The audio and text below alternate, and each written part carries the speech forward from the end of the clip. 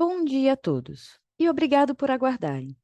Sejam muito bem-vindos à videoconferência de divulgação dos resultados do quarto trimestre e dos 12 meses de 2024 da Vitro Brasil.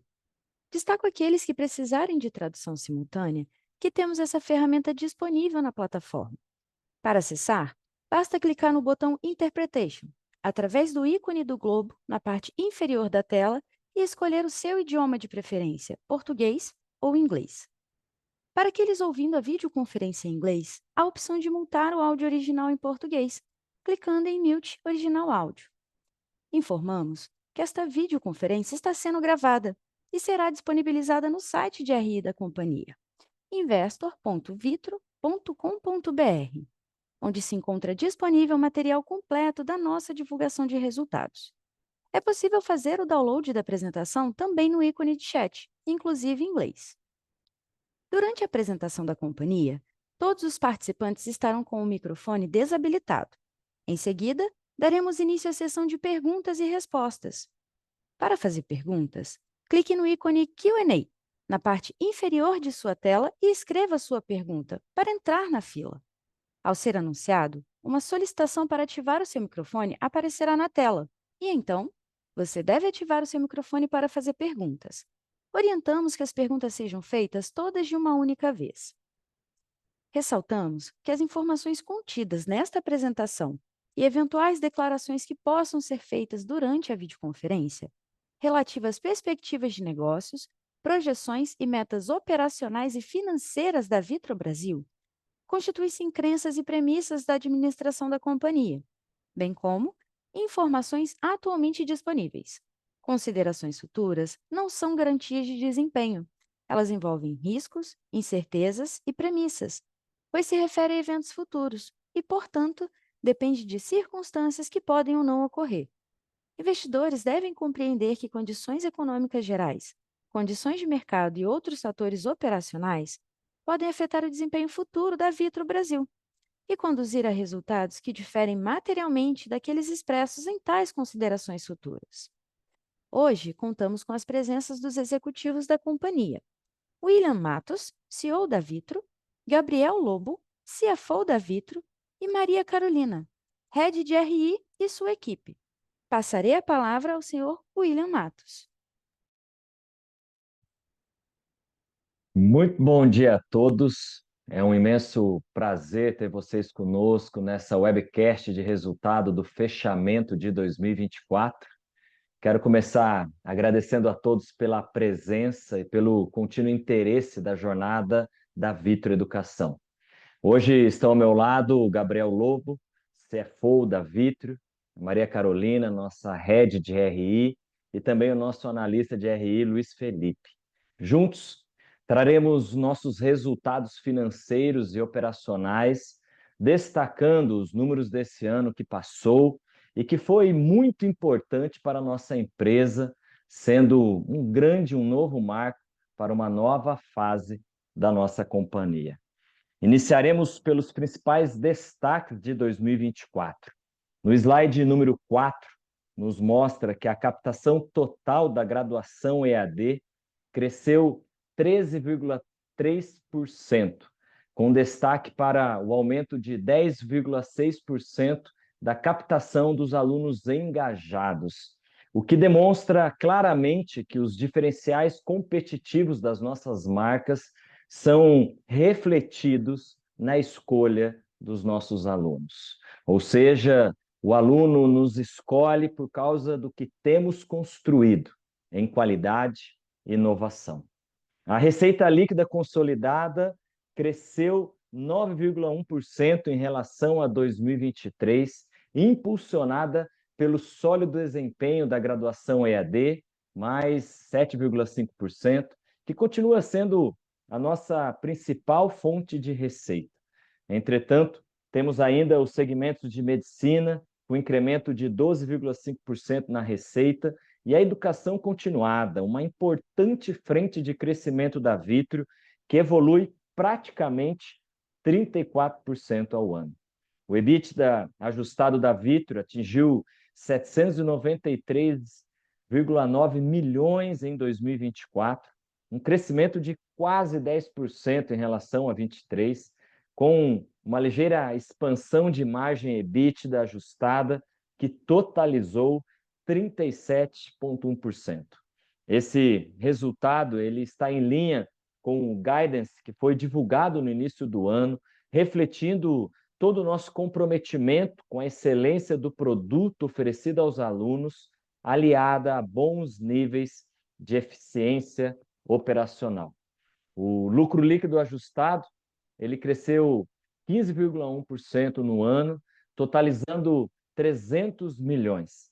E esse crescimento, ele foi impulsionado pela boa entrega do EBITDA, mas também já antecipando um projeto importante de reorganização e simplificação societária, que nesse trimestre permitiu que a companhia voltasse a reconhecer IR diferido em relação às suas operações. E o Gabriel, ele comentará mais à frente os detalhes desse projeto.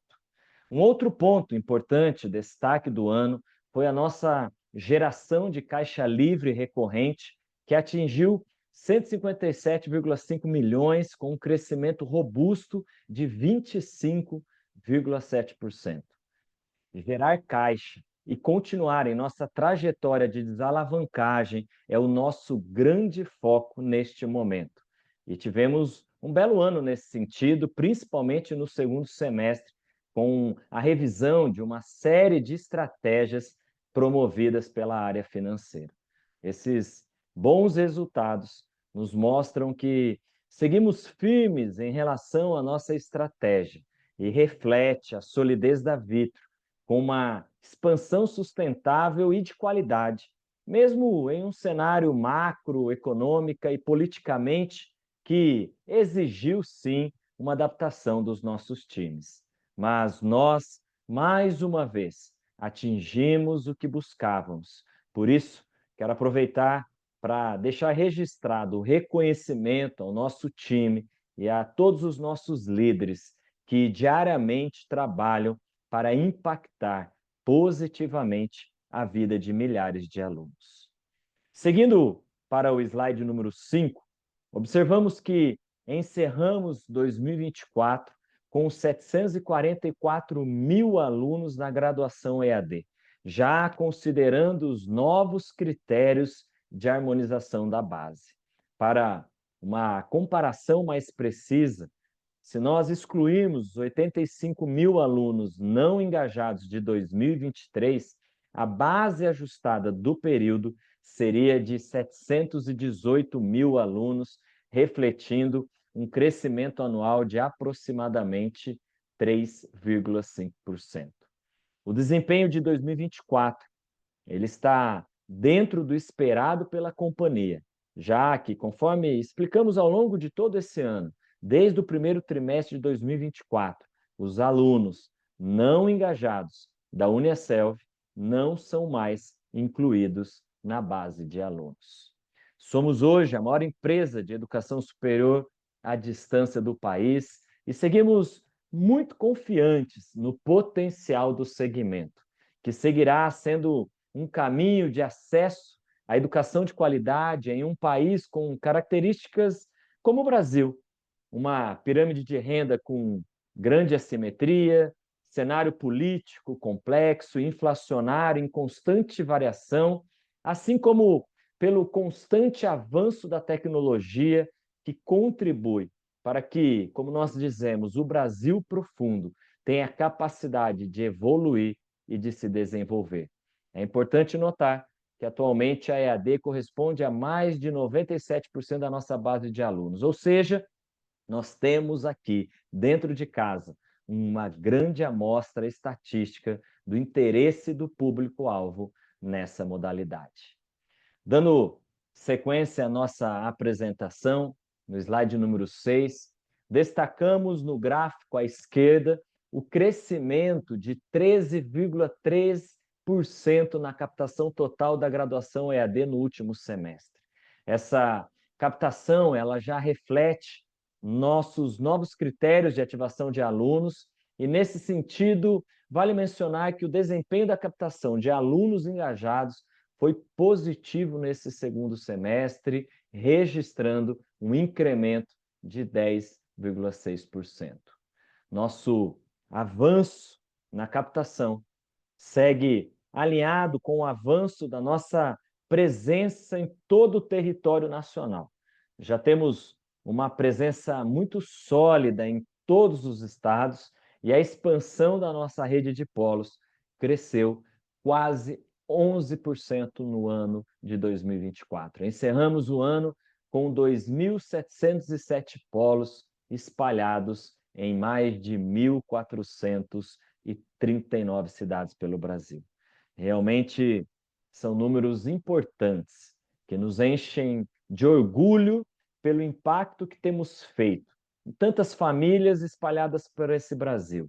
Seguimos crescendo em diferentes regiões, avançando nas áreas mais adensadas e com oportunidades para a expansão das duas marcas. Isso comprova a capacidade que temos como Vitro de executar com excelência o nosso plano estratégico. Seguindo para o slide número 7, à esquerda, observamos que o share de cursos na captação segue similar aos períodos anteriores, que tanto os cursos de licenciatura, pedagogia e afins, como os tecnólogos, continuam com grande representatividade em nossa captação. Esses cursos têm um ticket médio mais baixo, ainda assim, ano após ano, a Vitro vem mantendo o seu ticket médio consolidado em níveis saudáveis e sustentáveis. E isso manifesta o sucesso de nossas estratégias de pricing, bem como mesmo diante a um ambiente extremamente competitivo. Importante salientar que o desempenho do ticket está evidenciado no gráfico da direita. No semestre, o avanço foi de 9,5% na comparação com o segundo semestre de 2023, com um CAGR de 5,8% nos últimos 3 anos. Um repasse superior à inflação, o que confirma a diferenciação dos nossos produtos e o nosso posicionamento como um player de qualidade na educação digital. Acreditamos que o principal caminho para o sucesso das estratégias de precificação está na atenção aos nossos produtos, alinhado à retenção dos bons alunos. A qualidade do aluno que entra na nossa base é um indicador fundamental da saúde do nosso negócio, garantindo sustentabilidade no tempo. Vale também comentar que em 2024 a evolução do ticket também reflete a mudança no critério de ativação de alunos, com políticas de intake com menos gratuidade e desconto, o que resultou em uma receita líquida mais robusta, um mix de base de alunos mais saudável e uma PDD menor. Mas, seguindo agora para o slide número 8, mostra que a receita líquida consolidada da Vitro teve uma expansão de 9,1% em 2024. Esse desempenho ele foi impulsionado principalmente pela expansão contínua da graduação EAD, que cresceu 7,5% e segue sendo o segmento mais relevante para o crescimento da Vitro, mas também falando do quanto a Vitro atualmente detém do mercado de alunos de graduação da educação privada, que passa de 20%. Posição essa de destaque que expressa o bom desempenho das nossas marcas. E olhando para frente, acreditamos que o setor de graduação EAD no Brasil ainda tem potencial para se manter crescendo com sustentabilidade. O Brasil é um país continental e olhando por uma perspectiva estrutural e até secular, a EAD de qualidade. Todos nós sabemos que ela é a solução para o gap na penetração do ensino superior no Brasil.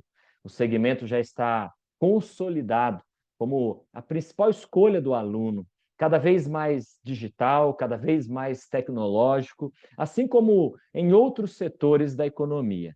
E à medida que o ambiente regulatório fique cada vez mais transparente para o mercado, mais confiantes os stakeholders, todos envolvidos, ficarão sobre as incomparáveis oportunidades no nosso segmento.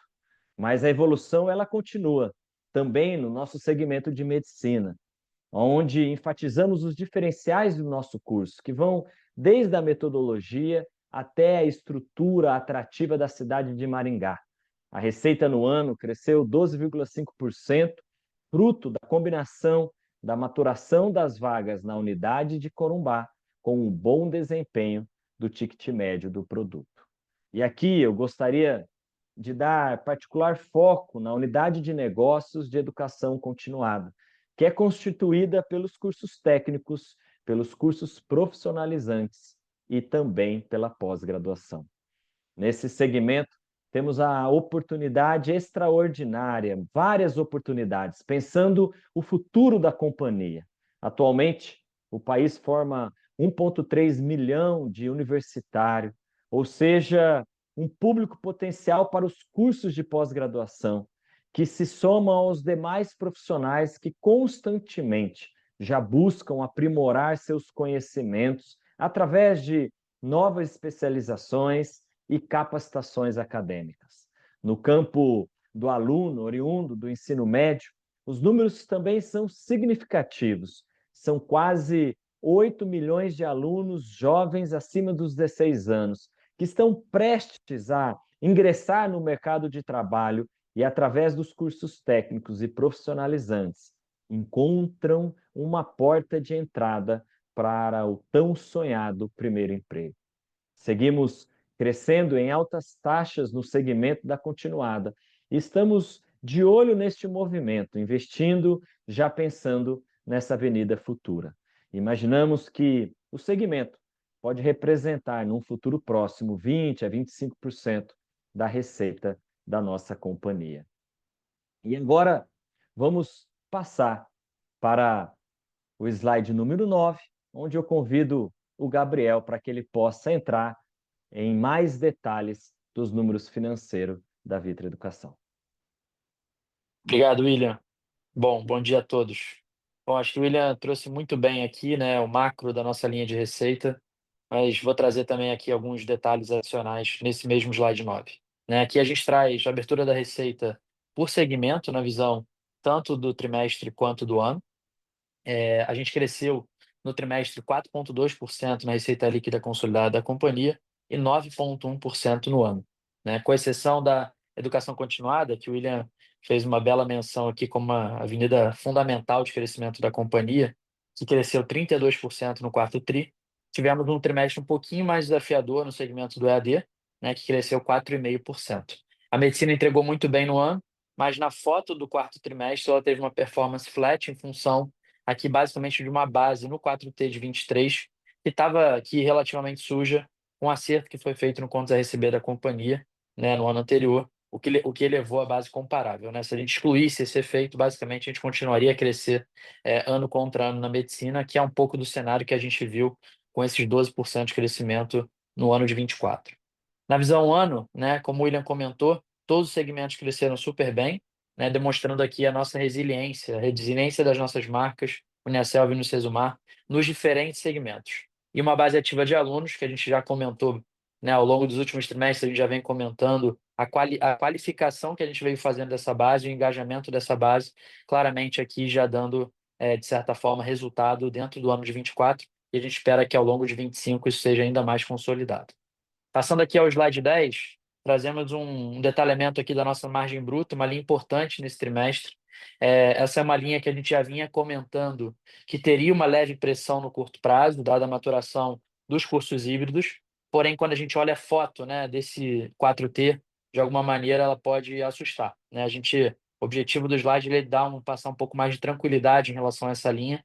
Ao longo do ano de 24, a gente aprimorou alguns processos internos, entre os quais aqui, principalmente o processo de alocação da provisão para contingências, que antes ele ficava 100% concentrado no DNA, né, e pensando, né, numa correta amarração da origem, né, da demanda com a alocação efetiva no PNL, a gente optou por realocar daqui para frente as contingências conforme a sua origem. Só como exemplo para todo mundo, se a gente tem uma demanda de origem, por exemplo, trabalhista, ligada aqui à força de trabalho direta, né, a potencial provisão para contingências será alocada daqui para frente no custo, né? E foi esse ajuste que a gente fez nesse 4T. Se, por outro lado, essa origem se deu, por exemplo, com pessoas ligadas ao back-office, essa provisão ela será alocada no G&A, tá? Então, daqui para frente, a companhia passa a ajustar essa alocação e isso, obviamente, trouxe um efeito temporal aqui, pontual nesse trimestre. Obviamente, a gente vai ver esse efeito daqui para frente, pelo menos por um ano, até que a gente tenha a base 100% comparável, né? Mas eu acho que, obviamente, o nosso foco é colocar a despesa no lugar correto, né? Então, esse foi o nosso grande objetivo. No trimestre, eu acho que é importante trazer o delta na linha de contingências, ele foi ano contra ano, né? 13,3 milhões de reais de diferença, né? Quando a gente olha 4T de 24 contra o 4T de 23. E aí, se a gente olha a margem bruta sem esse efeito, o gap de margem bruta teria sido muito mais próximo ali de 2,5 pontos percentuais, ao invés dos 5,3 pontos percentuais que a gente apresentou numa foto inicial, né? Essa pressão de 2,5 pontos, né, ela é uma pressão operacional e se deu basicamente pelos custos contratados nos cursos híbridos de saúde, que tem aqui as suas safras mais antigas começando a incorporar, né, os cursos e as práticas ligadas a esses cursos de saúde. Na visão ano, a gente entregou uma margem bruta de 69%, que representou uma queda de 130 basis points versus 2023. Lembrando que o mesmo efeito de realocação, que eu acabei de comentar em relação ao quarto trimestre, também cabe para a foto do ano, né? E também, obviamente, quando a gente olha a foto do ano, aqui a gente teve uma receita levemente mais pressionada nesse quarto trimestre, que afetou, de certa forma, um efeito aqui, eu diria que de desalavancagem operacional, né? A gente já tinha um custo contratado, a receita esperada ela era um pouco maior, e a gente, por efeito de uma receita um pouquinho mais pressionada, a gente acaba pressionando um pouquinho essa margem bruta. Quando a gente olha o cenário de 25, eu acho que aqui é o mais importante, né? Olhando o futuro, a gente espera que essa margem bruta ela esteja 100% estabilizada, né, ficando ali flat ou ligeiramente abaixo de 2024, né, fruto basicamente desse mesmo movimento de maturação dos cursos híbridos que continuarão aqui a atingir safras mais novas. Lembrando que a gente abriu boa parte desses cursos ao longo dos anos de 2022 e 2023. Então, esses cursos eles começam a maturar, atingir a sua real maturidade. Isso, naturalmente, agrega custo a eles, né? Pensando perenidade do negócio, isso não preocupa, isso é praticamente base do nosso business. Passando aqui ao slide 11, a gente traz aqui o detalhamento das linhas de custos e despesas, né, do período. Eu já comentei a linha de custos, mas eu acho que é importante também dar um pouco de cor quando a gente olha o combinado de custos e do SG&A global da companhia. No gráfico à esquerda, a gente pode perceber que o total dos custos de despesa ele cresceu 7,8% no ano contra ano, né? A gente segue investindo na adequação das estruturas internas da companhia, né? E com reforço também das nossas operações para fazer frente a esse crescimento futuro, né? A gente eu acho que o William, inclusive, vinha trazendo muito isso. A gente operava com uma estrutura muito enxuta nos últimos anos. A gente veio fazendo investimentos, seja de time, seja de estruturas, seja de processo, otimizações de processo, e a gente espera que isso naturalmente no curto prazo tem aqui uma pressão um pouco maior, né? Um aumento talvez inclusive maior do que a gente esperaria, mas sempre abaixo da receita, que eu acho que é o principal a ser comentado. A gente vê a receita líquida crescendo 9,1% e o total de custos e despesas da companhia crescendo 7,8%. Ou seja, a gente ainda consegue, mesmo com o cenário de investimentos, entregar uma alavancagem operacional que vai, no final do dia, reverberar no crescimento de margem EBITDA. Tá? Conforme eu já trazia aqui no slide anterior, né, passando aqui a tabela da direita, se não fosse pelo efeito de realocação da linha de contingências, a gente teria os custos variando aqui apenas 0,6 pontos percentuais no ano contra ano. Em relação ao SG&A, eu acho que aqui cabe a gente trazer o destaque em relação ao bom controle que a gente teve no trimestre, nesse 4T, mesmo em um cenário aqui com despesas mais pressionadas. Então, a gente deveria ver, o natural seria ver, inclusive, a gente ter uma certa desalavancagem operacional, mas a gente conseguiu controlar, conseguiu segurar a receita, a despesa, e, de certa forma, a gente entrega ali um SG&A super controlado com o percentual da receita comparado ao trimestre anterior. E, finalmente, né, eu acho que o nosso grande ponto de destaque, tanto do trimestre quanto do ano, é a PSLD, a famosa PDD, que é aqui um dos principais destaques positivos desse momento da companhia, né? A gente entregou 232 milhões de reais no ano, né, de provisão, refletindo aqui, inclusive, uma queda nominal relevante versus o ano de 2023. São quase 3 pontos percentuais de queda quando a gente olha em relação a 23 como percentual da receita líquida. Em outras palavras, né, a PCLD da companhia ela passou de 13,4% da receita de 23 para 10,8% da receita líquida de 2024. Essa melhora ela é fruto de dois movimentos principais, né? Eu acho que o primeiro deles já amplamente discutido, que é a qualidade da base do aluno, que é traduzida basicamente pelo nível de engajamento que a gente passou a ter com a revisão dos critérios de ativação, né? Então, essas novas práticas de ativação que a gente adotou a partir de janeiro de 2024, naturalmente trazem para a nossa base um aluno muito mais qualificado, e esse aluno ele gera menos inadimplência, gera menos PDD. O segundo ponto, aqui naturalmente por efeitos de gestão, né? Ou seja, uma melhor gestão do nosso fundos a receber.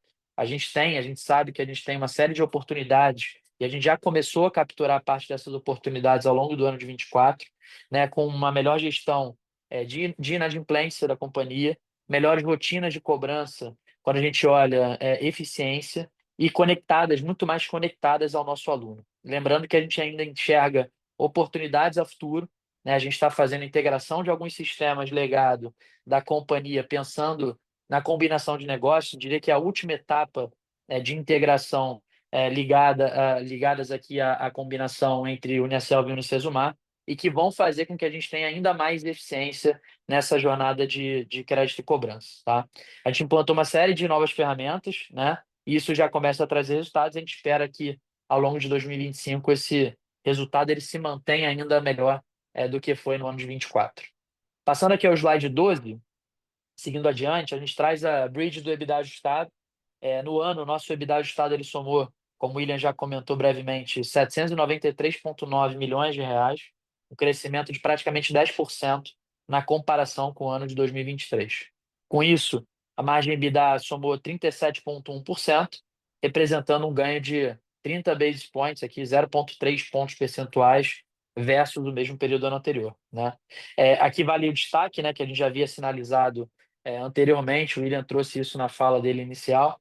A gente tinha um guidance muito claro para o mercado de 36,5% a 37,5% de margem EBITDA. A gente entregou acima da média, da mediana aqui desse ponto médio, atingindo aqui com sucesso o nosso guidance original. O bom desempenho do EBITDA, como a gente falou, ele deriva de um bom desempenho da receita da companhia ao longo do ano, né? Combinado com avanços significativos da PCLD, ou seja, aqui a gente teve crescimento do aluno na base de alunos, crescimento da qualificação desse aluno para essa base, e esse aluno melhor no final do dia, garantindo uma margem mais saudável para a companhia e preservando a nossa rentabilidade quando a gente pensa futuro. Passando aqui ao slide 13, aqui a gente traz o bottom line da companhia, né, o lucro líquido ajustado do ano. A gente atingiu a importante marca de 300 milhões de reais no ano de 2024, resultando em um crescimento de 15,1% versus o ano anterior. É fundamental a gente explicar, né, no detalhe os movimentos nas linhas aqui, vamos chamar below EBITDA, que tiveram aqui nesse trimestre em particular, no 4T, efeitos relevantes, né, que combinaram e impactaram o nosso resultado do ano. Primeiramente, eu acho que é importante a gente destacar a linha de resultado financeiro. A gente teve uma série de impactos aqui não recorrentes, de ordem não recorrente, e one-offs, né, que a gente, no final do dia, não está ajustando ao lucro líquido da companhia, né? Eu acho que isso é muito importante ser destacado. Isso porque a gente executou, né, no final do ano, essa agenda começou na essência no segundo semestre, mas ela se estendeu até o 4T, né, quando a gente fez um importante trabalho de reperfilamento das dívidas da companhia e, principalmente, né, fizemos uma alteração na forma de contabilização das despesas financeiras a partir da emissão da quarta e da quinta emissão, né, ou seja, a quarta e quinta série de debêntures que foram emitidas no meio do ano, né, a primeira delas, a quarta, foi emitida ali no final do segundo trimestre, e a última, a quinta emissão, emitida, né, não diria que no apagar das luzes do ano de 2024. E aqui, na essência, o que a gente fez foi pré-pagar, né? A gente fez o pré-pagamento integral da primeira e da segunda emissões, né? A partir dessas novas emissões, a gente passa a fazer a contabilização das despesas financeiras da companhia pelo método de custo amortizado, ou seja, a gente passa a fazer o accrual real de juros do período, né? Ou seja, o juros real que a gente enxerga naquele momento, a gente acrua eles na nossa despesa financeira e a gente não faz mais, né, a contabilização nem da quarta nem da quinta pelo modelo de marcação a mercado, né, que trazia uma série de incertezas e aqui eu diria que uma falta de previsibilidade para a nossa linha de resultado financeiro contábil, né? Então, nosso objetivo aqui é, de fato, ter algo muito mais controlado e mais previsível quando a gente olha futuro. Outro destaque importante, né, diz respeito à troca das linhas de dívidas, né? A gente fez trocas de linhas caras por emissões mais longas e mais baratas, né? A gente emitiu a quinta emissão no 4T no montante de 1 bi, com custo de CDI mais 1,75, pré-pagando linhas que superavam, inclusive, CDI mais 3, né? Linhas, inclusive, lá do Acquisition Finance, lá do momento da combinação de negócios. Isso nos traz naturalmente uma economia, né, quando a gente olha viés de caixa, mas também, né, quando a gente olha a futuro, pensando em resultado, a gente vai ter uma companhia muito mais estável e saudável quando a gente pensa o nosso balanço. Outra linha aqui que cabe destaque e que impactou naturalmente o nosso lucro líquido é a linha de imposto de renda e contribuição social. Aqui a gente tem um efeito muito importante, né, do reconhecimento do IR diferido na estrutura da Vito Brasil Holding. O William comentou lá como um highlight do TRI, mas eu acho que cabe a gente ser um pouco mais profundo, né, no que tange aspectos um pouco mais técnicos, tanto no ano de 25 quanto em anos anteriores, né, trimestres anteriores, a gente não vinha reconhecendo IR diferido, né, desde o ano de 2023. Desde o final de 23, a companhia não reconhecia IR diferido, né? Esse movimento, a partir de agora, ele se dá, ou seja, a gente passa a reconhecer IR diferido porque a gente vai passar a executar em 2025 um projeto que vai ser de extrema importância para a companhia, que é uma reorganização e uma simplificação societária que vai nos permitir utilizar, de fato, o tax shield das despesas financeiras, que hoje estão 100% alocadas na estrutura de holding, né? Ou seja, a gente tem a Vito Brasil como holding, as duas subsidiárias, e hoje 100% da nossa dívida está alocada na Vito Brasil, onde a gente tem ali na controladora um volume de receitas baixo, né, se a gente compara com o total da receita líquida da companhia. Esse projeto ele já está on track, né, e ele deve ser concluído até o terceiro trimestre, até o início ali do terceiro tri de 25. Essa é a nossa expectativa. É um projeto profundo, complexo, que envolve uma série de stakeholders aqui na companhia, né, e que tem uma captura de valor a partir do momento que a gente fizer o go live, né? São efeitos tanto do cunho, né, de um viés de resultado contábil, quanto do viés de caixa. A gente passa de fato a ter a captura de caixa a partir do momento que a gente executar a reorganização. Cabe lembrar que, para fins de lucro ajustado, a gente excluiu o efeito positivo desse R diferido de exercícios anteriores, ou seja, deixando no resultado apenas aquilo que é do exercício de 2024. Indo para o slide 14, aqui a gente pode observar na tabela à esquerda que a gente encerrou o ano com uma belíssima, né, uma boa gestão de caixa, né, uma boa geração de caixa. A conversão de caixa da companhia, ela operacional, né, ela superou 62% no ano, um incremento de quase 8 pontos percentuais na comparação com a mesma conversão de 2023.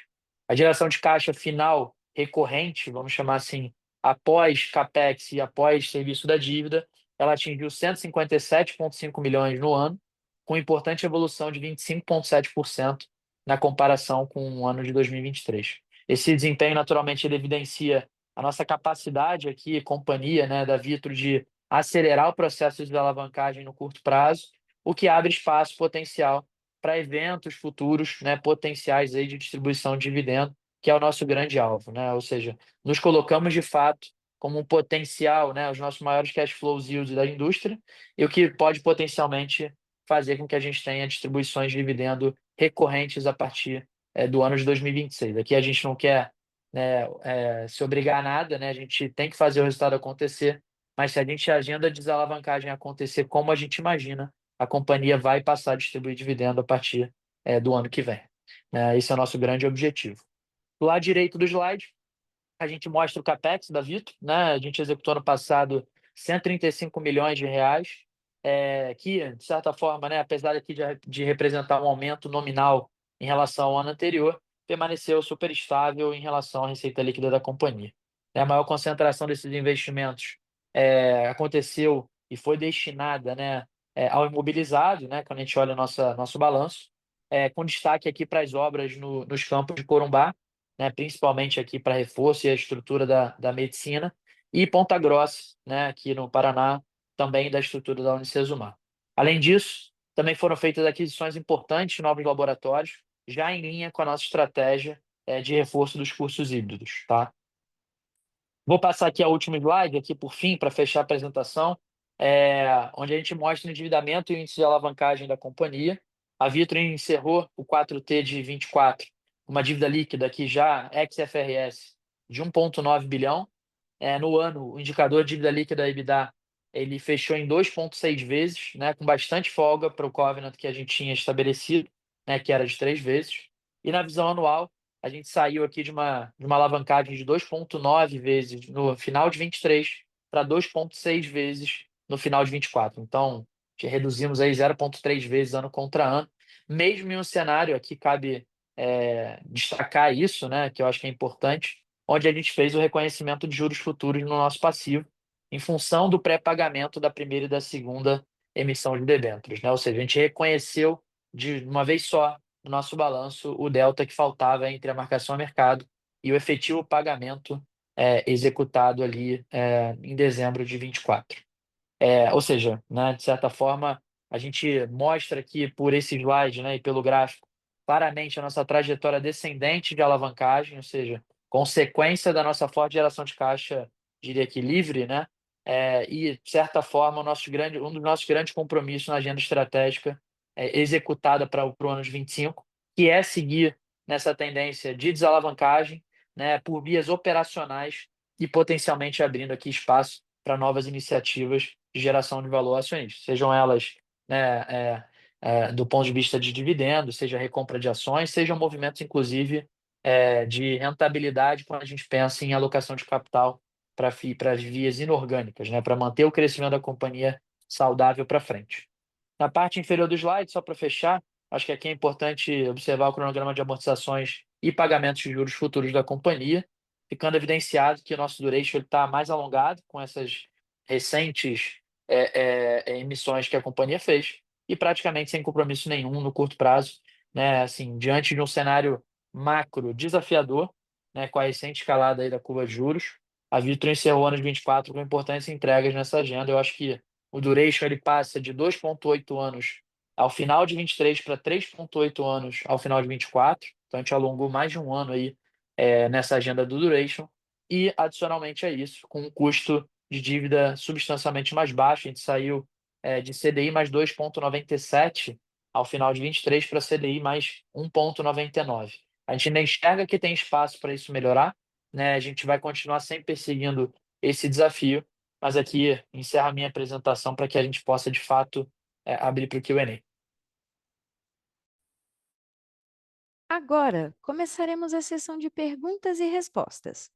Lembrando que para fazer perguntas, vocês devem clicar no ícone Q&A na parte inferior da tela e escrever a sua pergunta para entrar na fila. Ao ser anunciado, uma solicitação para ativar seu microfone aparecerá na tela e então você deve ativar o seu microfone para fazer perguntas. Solicitamos, por gentileza, que as perguntas sejam feitas todas de uma única vez. Vamos à nossa primeira pergunta. É do Luca Marquezini, do Itaú BBA. Luca, iremos habilitar o áudio para que você possa realizar a sua pergunta. Luca, pode prosseguir, por favor. Bom dia, pessoal, tudo bem? Obrigado por pegarem nossas perguntas. São duas do nosso lado. A primeira é em relação à captação do primeiro TRI, né? Então, o que vocês puderem dividir em relação às tendências que têm acompanhado até agora, seja em termos de volume, de cenário competitivo e também em ambiente para repasse de preço, acho que nos ajuda. E a segunda seria em relação às despesas de marketing, né? A gente viu uma boa diluição nesse 2024, no quarto TRI também. Então, se puderem comentar, assim, olhando para 2025, se puderem comentar sobre a política comercial e também se faz sentido pensar nesse patamar como recorrente aqui para o ano, acho que nos ajuda, por favor. Olá, Luca, tudo bem? Obrigado pela pergunta. Vou puxar aqui, Gabriel, fica à vontade. Sem dúvida nenhuma, Luca, a gente tem visto aí um desafio maior, real, nesse ano de 2025. Então, nós temos uma clareza de um cenário que hoje ele se estabelece um pouco mais competitivo, um cenário um pouco mais desafiador nesse intake, quando a gente fala aí do primeiro TRI de 2025. Eu acho que todos vocês puderam acompanhar o call aí dos demais companhias, já dando aí um certo guidance, em algumas delas até negativo, e isso a gente tem visto devido a um cenário aí econômico de deteriorização de renda, de alta de juros, esse alto nível de incerteza que acaba muitas vezes refletindo aqui nesse grande desafio que a gente tem e a gente está vivendo nesse trimestre. Agora, a gente precisa lembrar que a Vitrio ela vem de um crescimento muito forte no ano de 2022, 2023 e também agora no último ano de 2024, que nos trouxe uma base muito grande. Então, a gente tem uma base comparativa também que nos traz um desafio de continuar crescendo nas taxas que anteriormente nós crescemos. E 2025, se assim a gente pode dizer, a gente tem mirando um crescimento aí de receita e captação mid-single, sobre uma base, como eu disse, que já é a maior do mercado. E isso mostra, eu acho que toda essa capacidade que a Vitro tem, como sempre vem sendo essa empresa que cresce acima da média de mercado quando a gente fala nos cursos da educação à distância, mesmo nesse cenário um pouco mais desafiador, a gente vem conseguindo manter todos os nossos diferenciais. E em relação a ticket, a gente vem aí talvez também nesse desafio, é uma realidade, como eu disse, de um cenário mais desafiador. E quando você pergunta sobre marketing, Luca, a gente mantém aí os mesmos percentuais em linha com a receita. O ano passado, no primeiro TRI, a gente teve sim um investimento um pouco maior do que estava previsto, mas esse ano a gente pretende manter em linha aquilo que a gente vem realizando sobre os percentuais de receita.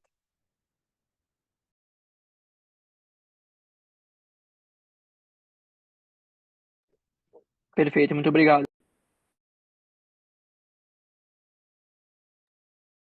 Vamos à nossa próxima pergunta. É do Flávio Yoshida, do Bank of America. Flávio, iremos habilitar o áudio para que você possa realizar a sua pergunta. Flávio, pode prosseguir, por favor? Olá, bom dia a todos. Obrigado pela oportunidade de fazer perguntas. Eu tenho duas aqui do meu lado. A primeira é em relação à PDD, né? A gente viu que a PDD foi um destaque positivo do resultado, mas por outro lado, a gente viu que a cobertura de recebíveis, que era de 48% em 2023, foi para 42% esse ano. Então, eu queria entender aqui um pouco o racional, se a gente deveria trabalhar com essa cobertura mesmo, se a ideia é voltar para uma cobertura maior, e chama a atenção também que diminuíram a cobertura dos títulos vencidos também, né? Então, entender aqui o racional desse movimento, porque desse nível é um pouco menor.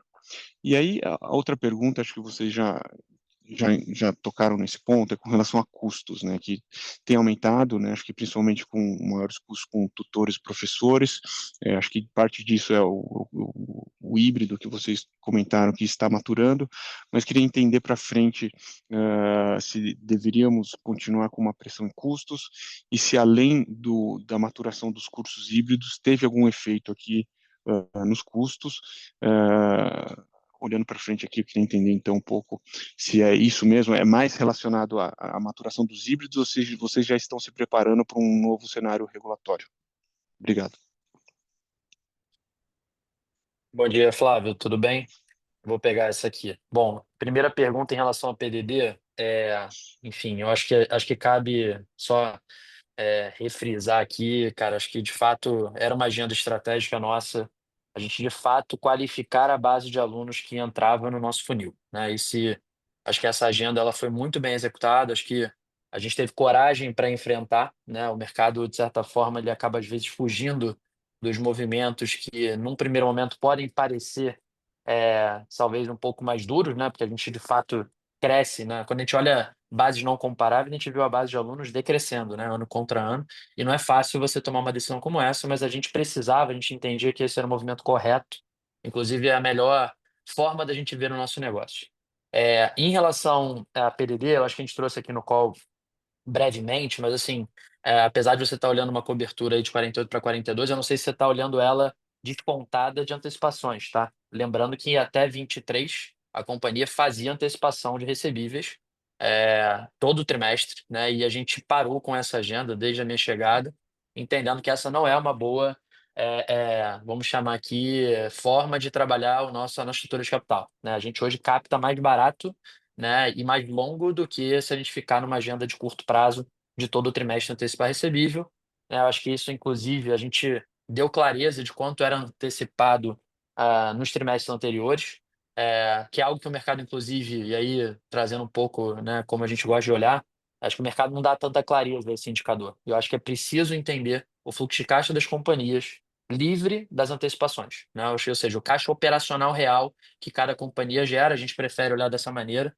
e a gente começa a trazer clareza em relação a quanto era antecipado no passado. Quando a gente olha a agenda de 25 para frente, a gente não vai mais fazer antecipação de recebível, a gente não tem nem necessidade, do ponto de vista de caixa, nem como estrutura de capital. Então, a gente está bem saudável nesse sentido. E quando a gente pensa PDD, e aí, só revisitando o ponto-chave aqui, a gente enxerga pelo contrário, tá? A gente não enxerga aqui uma preocupação no sentido do quanto vai receber a companhia, a gente vê esse quanto vai receber cada vez melhor. A gente tem colocado uma série de ações, estratégias e ferramentas em place, e eu comentei agora brevemente no call, em relação ao último movimento que a gente faz de integração dos sistemas legados, são os sistemas ligados ao aluno, tá? Eu acho que é importante contemplar isso, trazer isso para todos vocês. A gente faz o alinhamento dos sistemas legado de Uniaselv com o Unicesumar, né? Na verdade, a gente tomba da Unicesumar para o modelo da Uniaselv, que é o modelo que a gente acredita ser, nesse caso, para fins sistêmicos, o melhor modelo. E aí a gente começa a utilizar todo o aparato tecnológico do ponto de vista de meios de pagamento, estratégia de crédito e cobrança, e tudo isso tende a reverberar numa melhor PDD também a futuro, tá? Nosso nível de inadimplência ele vem caindo, né? Operacionalmente, a gente enxerga que ainda tem oportunidade olhando o futuro.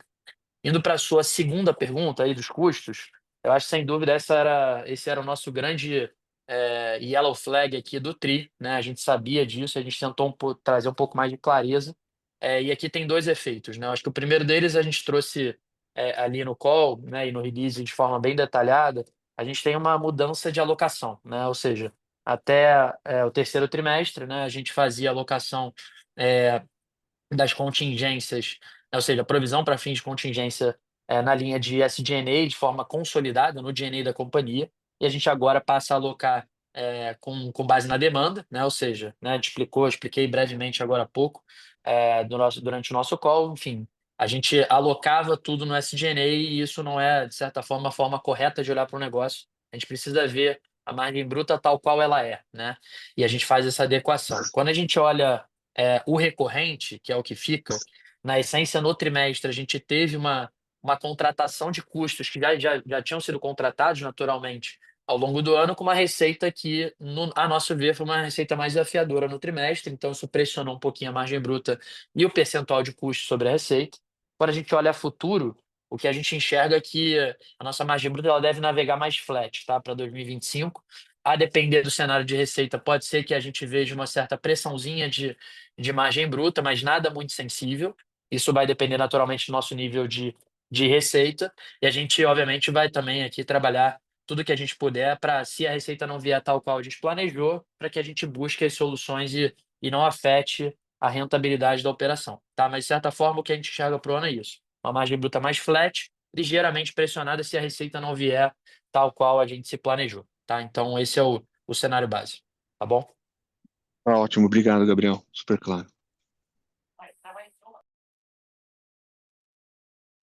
A nossa próxima pergunta é do Leonardo Piavesan, da QuantZed. Leonardo, iremos habilitar o áudio para que você possa realizar a sua pergunta.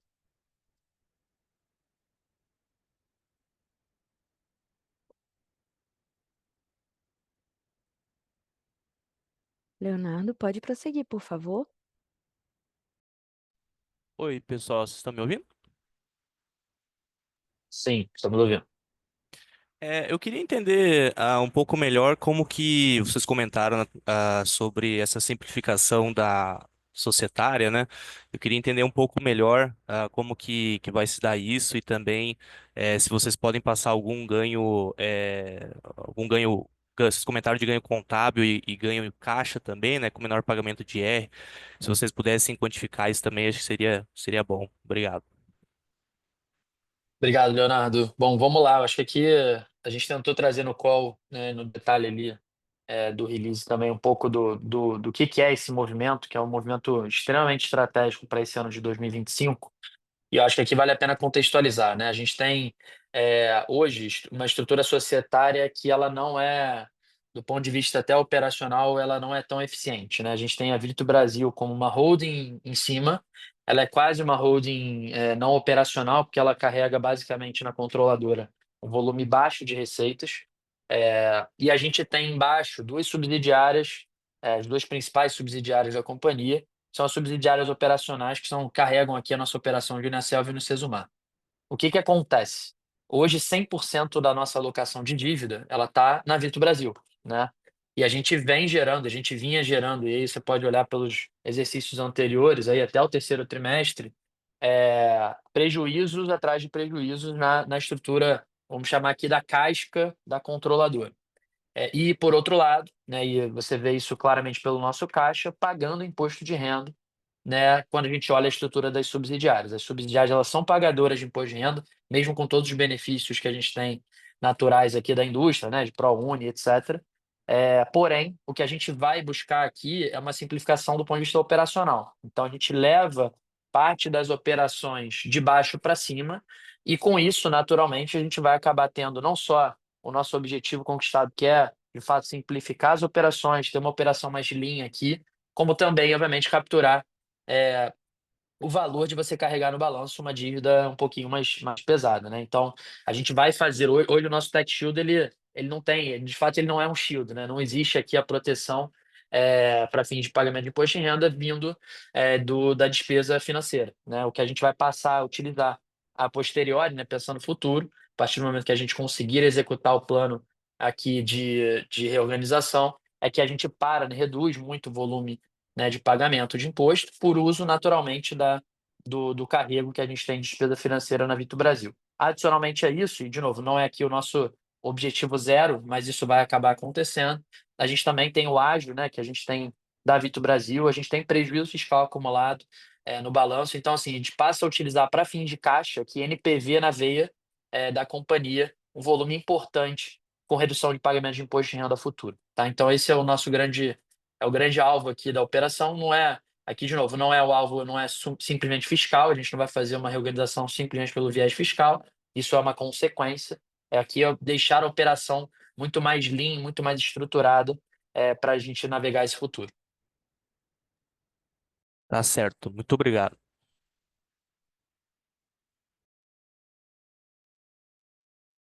A sessão de perguntas e respostas está encerrada. E agora gostaríamos de passar a palavra para as considerações finais da companhia.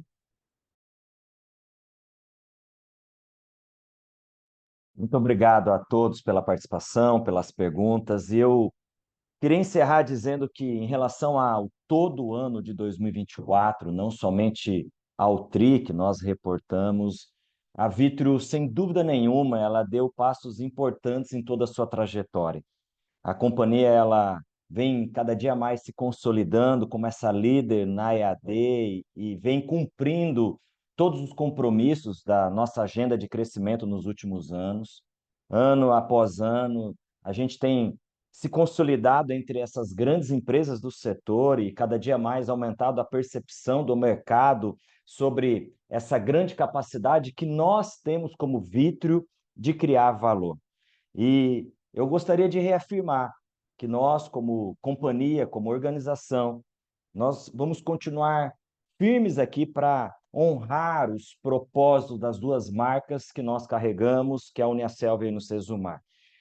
Sem dúvida nenhuma, para nós, continuar entregando uma educação de qualidade é o nosso principal chamado a todos aqueles alunos que acreditam e confiam em cada um de nós. Eu gosto muito de um economista britânico, Arthur Lewis, que diz que a educação nunca foi despesa, ela sempre foi um investimento. com retorno garantido. E nós, como Vitra Educação, nós acreditamos em tudo isso. E aqui o retorno, como a gente sempre gosta de deixar claro, nesses momentos que a gente tem com o mercado, ele é sempre duplo. Ele é tanto para os alunos, que nós sabemos que a gente abre inúmeras portas para que eles e as suas famílias possam sonhar com um futuro diferente, quanto para os nossos investidores, que têm depositado seus recursos em uma companhia séria, uma companhia eficiente, uma companhia resiliente, uma companhia que busca estar à frente, uma companhia inovadora e que não vai perder aquilo que nos trouxe até aqui. Então, eu quero dizer nesse final que nós estamos confiantes na capacidade que a nossa companhia tem de entregar um ano de 2025 com qualidade, com o mesmo nível de comprometimento, com um crescimento que é responsável e também sustentável. Sem dúvida nenhuma, mesmo que a gente precise encontrar, né, alternativas para absorver os eventuais desafios que muitas vezes são exógenos àquilo que a companhia tem em suas mãos. E eu quero terminar lembrando a todos que o Brasil ainda tem milhões de jovens que ainda não conseguiram, infelizmente, acessar uma educação superior de qualidade e outros milhões de jovens que carecem de um ensino técnico, um ensino profissionalizante para abrir as portas do mercado de trabalho. E esse é o nosso compromisso que nós temos e vamos aqui todos os dias trabalhar para entregar a todo o mercado. Mais uma vez, obrigado pelo tempo que tivemos juntos e um grande abraço a todos. A videoconferência de resultados referentes ao quarto trimestre e dos 12 meses de 2024 da Vitro Brasil está encerrada. O Departamento de Relações com Investidores está à disposição para responder as demais dúvidas e questões. Muito obrigada aos participantes e tenham um bom dia.